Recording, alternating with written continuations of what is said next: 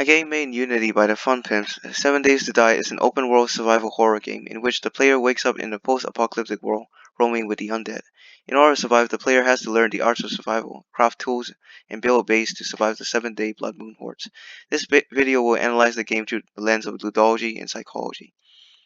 In 7 Days to Die, we see multiple gameplay elements shape the game, one of which is Paida. In Greek for child, Paida is a class of game which allows liberty without rules or formalities, in other words, sandbox games.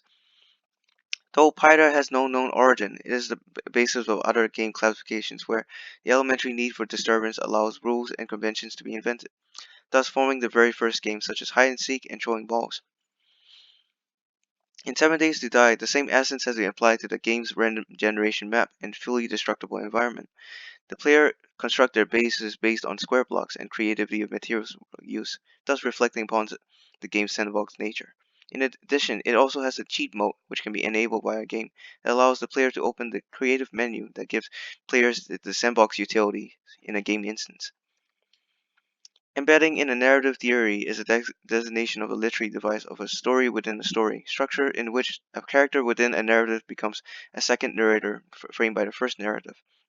In games, it's a traditional form of storytelling, which forms the backbone of the game's narrative before the players begin their story. 7 Days to Die reflects upon this meta in side quests that the players can take, usually by collecting memos from previous survivors. One of such is the treasure hunting quest.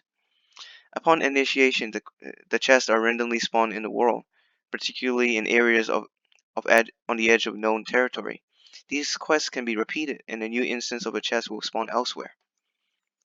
Zombieism, in theory, is defining the application of zombies to describe a political narrative or for entertainment purposes, exposing the bodily horrors of the post-human other, which in turn dissociates a sense of guilt from audiences.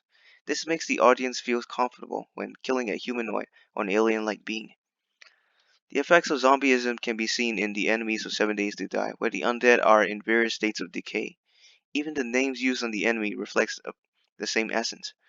Once they die, they leave behind an indistinguishable pile of remains which can be destroyed to simply vanish, making grotesque sounds while doing so. Now to psychology. It is evident in game mechanics that 7 Days to Die utilizes psychology to simulate a post-apocalyptic experience in a game. Game rewards are defined as a positive return that serves to reinforce players' motivation within gameplay. Rewards or facility is such type of game reward that allows players to do something that is previously unavailable to them. It increases the player's effectiveness, being more powerful or more efficient within the game state. Multiple game mechanics in 7 Days to Die reflect upon this. For example, the iron axe yields a higher wood count per strike compared to the stone axe. Plus, it can be used to skin game animals. The scooter can be assembled via parts, allowing faster travel, saving precious daylight time, and outrunning zombies. Or the parkour part that reduces fall damage from heights.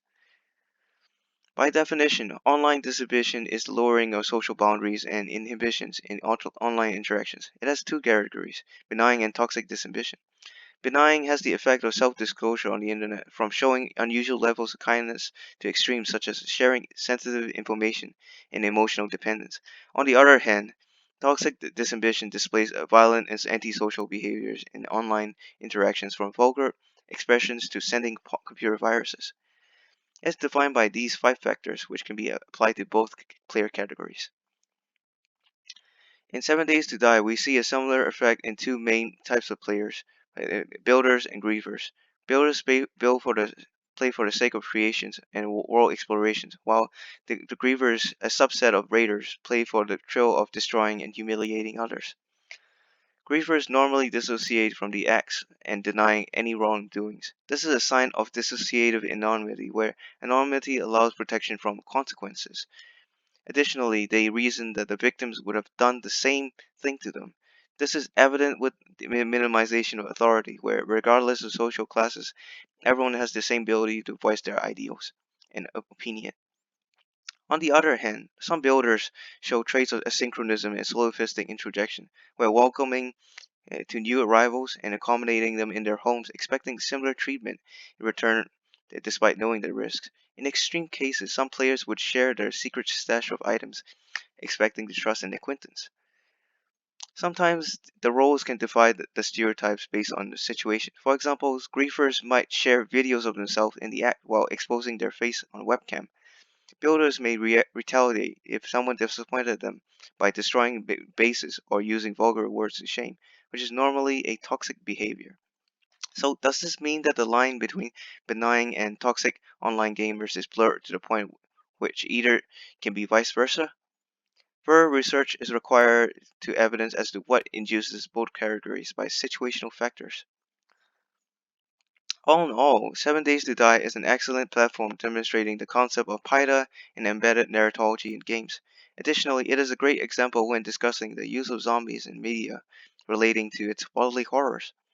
The diverse tools, abilities, and perks incorporates rewards of facility, and the player behavior in an isolated game world is also an excellent simulation of online disinhibition.